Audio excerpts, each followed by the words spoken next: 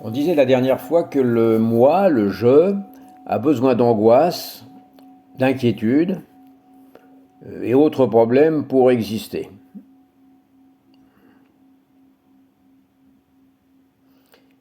Et pour ce faire, il nous donne des injonctions. Et donc la question se pose, pourquoi faudrait-il obéir aux injonctions du mental? Parce qu'il suffit d'un instant de paix pour que le mental s'agite de nouveau et qu'on le suive comme un chien suit son pépé. Même dans le calme, le mental, si on lui enlève sa laisse, va exhumer des souvenirs douloureux, trouver des problèmes pour meubler le silence. Il ne veut pas du silence. Dans le silence, il est mort. Donc il va ressortir un ressentiment ancien, des jalousies, des injustices ou n'importe quelle autre histoire pour se soustraire au silence. Le silence, c'est la mort de l'ego. Un bon ego est un ego actif, occupé, toujours manquant de temps, toujours hyperactif. Même lorsqu'on est en situation de zazen, par exemple. Sa seule véritable activité est d'occuper le temps, sous quelque forme que ce soit. Ça peut être en instigant des conflits, en agressant les autres, ou même, au contraire, en leur portant secours. Le tout est d'être occupé. On peut porter secours aux gens en étant bénévole, dans une association caritative, peu importe, l'ego se moque complètement du bien et du mal, pour autant qu'il manifeste son existence, sa raison d'être. Il doit être occupé. Et sans attention, que ce soit dans la vie quotidienne ou même en zazen, nous nous laissons distraire et happer par l'ego à travers l'outil mental. L'outil mental, c'est notre capacité cognitive, notre capacité de raisonnement, qui, elle, n'est ni bien ni mal, c'est juste un outil. Et à ce moment-là, nous succombons à ces fascinations hypnotiques et à ces injonctions. Nous croyons au récit que fabrique l'ego. Nous nous y identifions. Nous laissons ainsi une nouvelle inquiétude prendre naissance.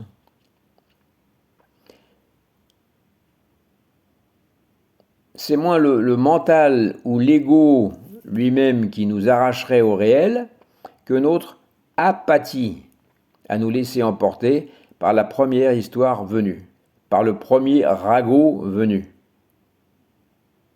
Nous sommes friands de ragots. Et notre apathie, c'est de nous laisser emporter sans résistance. Parce que le mental n'est pas un ennemi. C'est un outil. Et nous en avons besoin. Comme le tigre a besoin de ses griffes ou l'aigle de ses ailes. C'est juste un outil. Il fait juste ce qu'on lui apprend à faire. Cet outil, le mental, est à notre disposition. Mais si on le laisse aller au-delà de son rôle d'outil, il dérape et se met à évaluer, comparer, prendre parti. On ne lui a jamais demandé rien de pareil.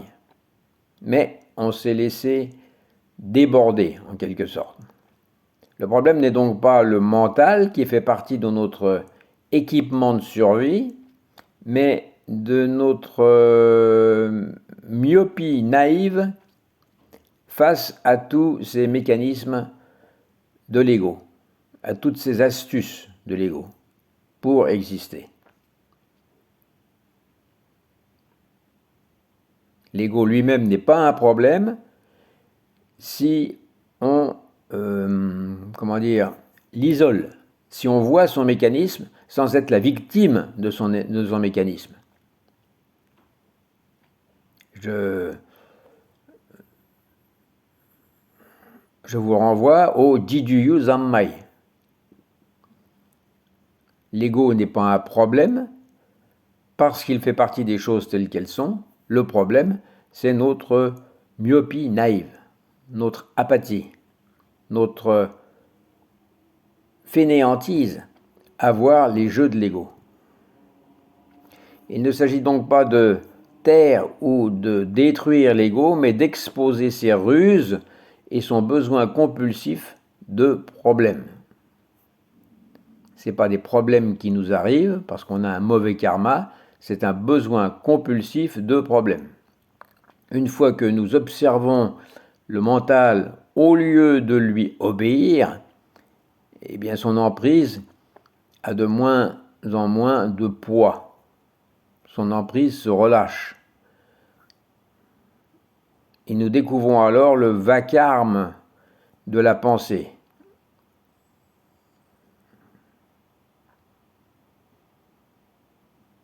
Et dans cette présence, dans cette capacité d'observer, les problèmes s'effacent d'eux-mêmes, comme l'eau se calme à la surface d'un seau quand on la laisse reposer. C'était souvent l'exemple d'Ishimaru.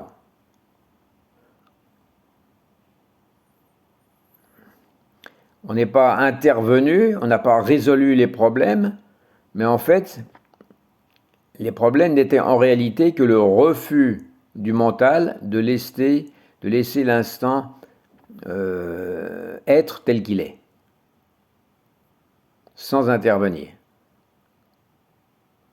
Si on n'intervient pas, l'eau à la surface du seau se calme naturellement.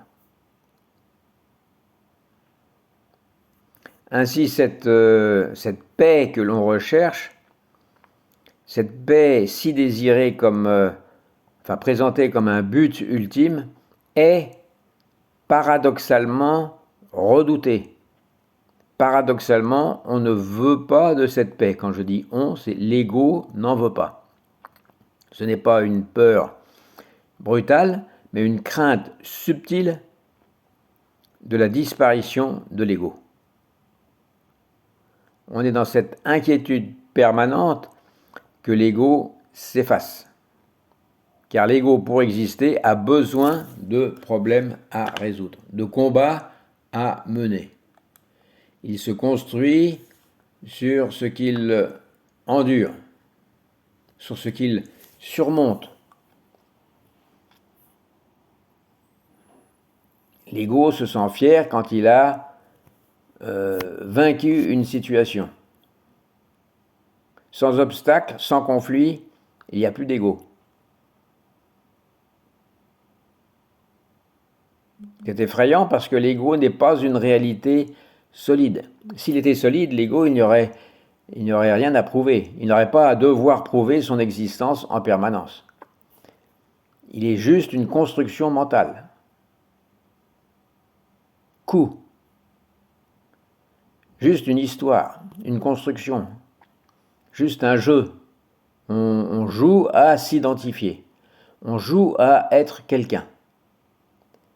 Et cet ego, ce moi, ce je ne vit que dans la survie.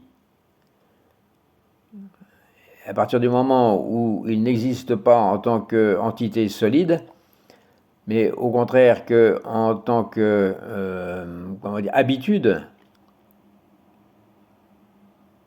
eh bien, il faut constamment le mettre dans des situations pour nous donner cette impression d'existence. Et cette lutte, ça nous prend tout notre temps. Tout notre temps est consacré à nous prouver à nous-mêmes que cet ego existe bien. C'est la raison pour laquelle, même si beaucoup disent vouloir la paix, celle-ci est impossible, car le moi n'en veut pas. Si la paix se présente, non seulement elle n'est pas reconnue, mais elle n'est pas accueillie. On n'en veut pas.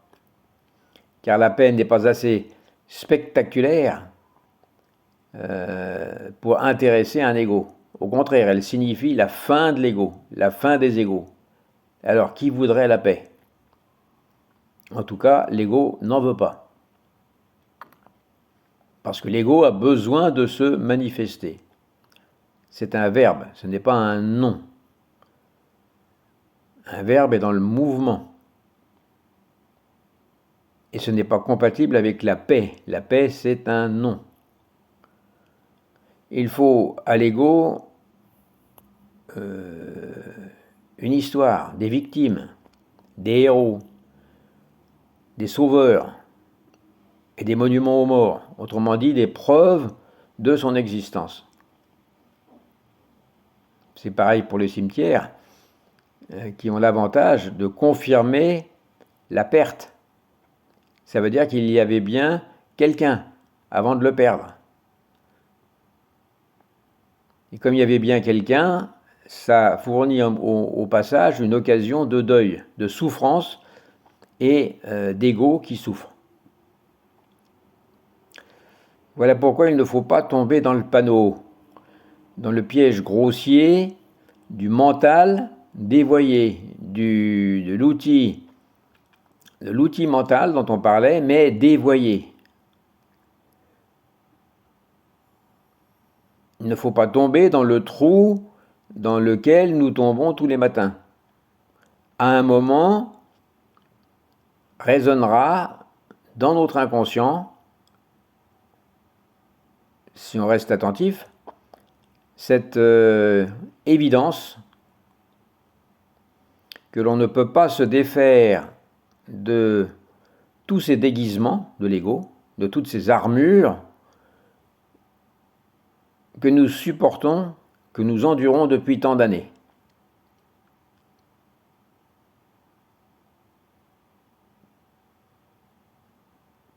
À un moment, on verra qu'il ne s'agit que de déguisements et que d'armures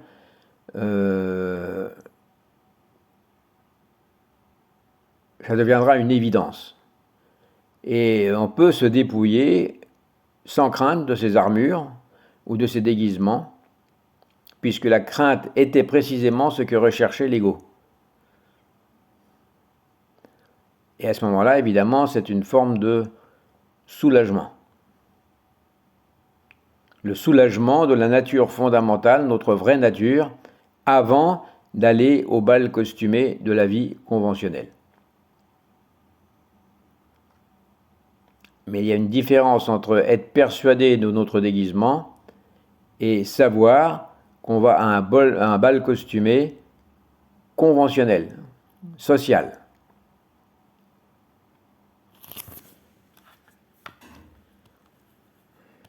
Voilà ce qu'on pouvait dire. Tant que l'on croit qu'il faut accomplir quelque chose pour mériter la paix, celle-ci nous échappe. Tant que l'on croit qu'il y a des méthodes spirituelles, par exemple, pour nous apporter la paix, nous n'aurons pas la paix. L'ego nous murmure, un jour, tu vas y arriver. Un jour, tu seras assez, purifié pour trouver la paix. Et il nous propose un chemin, comme dans les traditions spirituelles, un chemin d'épreuves et de conditions. Un travail, autrement dit. Tu trouveras la paix si tu suis le chemin. Mais la paix véritable ne fonctionne pas comme ça. Elle n'attend pas la fin d'un long parcours.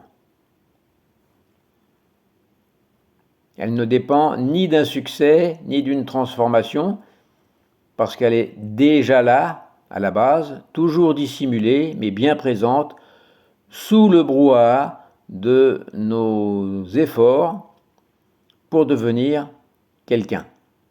En fin de compte, nous voulons devenir quelqu'un. C'est le travail de l'ego dévoyé par la spiritualité entre guillemets. Et cette paix véritable surgit naturellement quand nous cessons de vouloir changer l'instant, quand nous ne le fuyons plus, quand nous n'attendons plus rien, parce que c'est notre état de base, c'est notre état originel avant que le mental ne prenne les commandes. Donc pour revenir à cette paix, qui est l'état normal, il faut voir les jeux puérils de l'ego et s'en désintéresser. Ils n'ont plus d'intérêt. Il faut renoncer au besoin de devenir quelqu'un ou d'être quelqu'un et simplement de se contenter d'être, comme tout ce qui se présente, sans préséance particulière. En tant qu'humain, en tant qu'homme, nous n'avons pas de préséance particulière sur la nature. Ce n'est pas parce qu'on est un humain en apparence que l'on a une préséance sur les animaux, sur les arbres, sur les cailloux, sur l'air. Mais c'est là que réside le défi, justement, c'est que l'ego ne peut survivre dans la simple et pure présence. D'ailleurs, la présence de qui ? Il résiste donc à la paix parce que cette résistance lui permet de se donner une impression de existence. C'est pas que la paix soit désagréable, mais parce qu'elle sape l'illusion d'un moi séparé. Dans la paix authentique, dans la paix véritable, il n'y a plus d'ego. Ou plus exactement, l'ego ne gêne plus, comme on l'a vu précédemment. Il y a toujours l'ego, mais cet ego ne gêne plus parce qu'on s'en est désintéressé. C'est ce qu'on a vu aussi dans le Bendoa. Il n'y reste plus que les choses telles qu'elles sont, sans les limites fictives du temps et de l'espace. Le temps et l'espace, c'est la signature de l'ego.